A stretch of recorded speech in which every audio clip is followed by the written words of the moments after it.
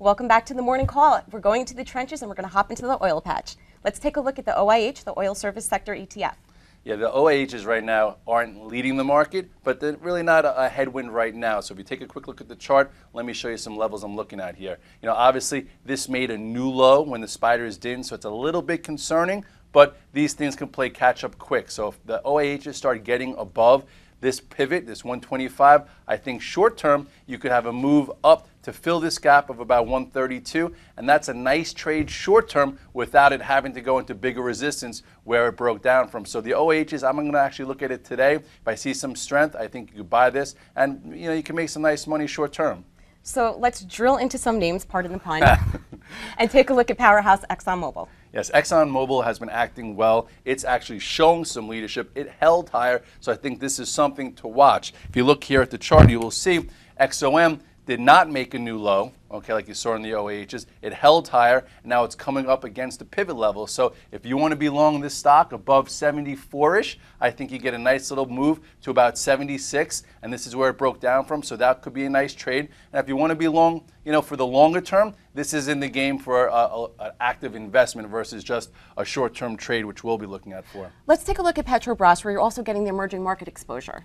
Okay, this one a little bit different, obviously. So if you take a quick look here, you will see that this also has a nice lower pivot. It showed a little relative strength considering that it did not make a new low or even come back and test it. So you have a nice little wedge here with this PBR. I think if it starts to get above this area, which the price is around 28.50, you could easily fill this gap and then even get up a move to try and test this broken support, which could be resistance up into about 31.59. Let's move into the ag names a little bit. I want to take a look at Caterpillar, which is something that we've spoken about before in options profits. It's something that the actions alert portfolio is long. Yeah, Caterpillar is okay. A lot of people want to be long for the long term, and usually it always definitely, what's the word that I'm trying to look for? It can give you some profits, like an option profits. But anyway, let's take a quick look. I think Deere is acting better.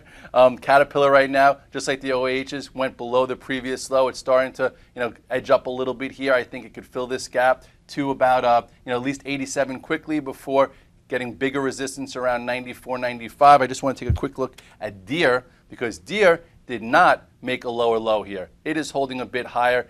Deere, I think right now could be a little bit more frisky. So if it starts to get through yesterday's high of 75, this could test upper resistance a little bit quicker than actually Caterpillar.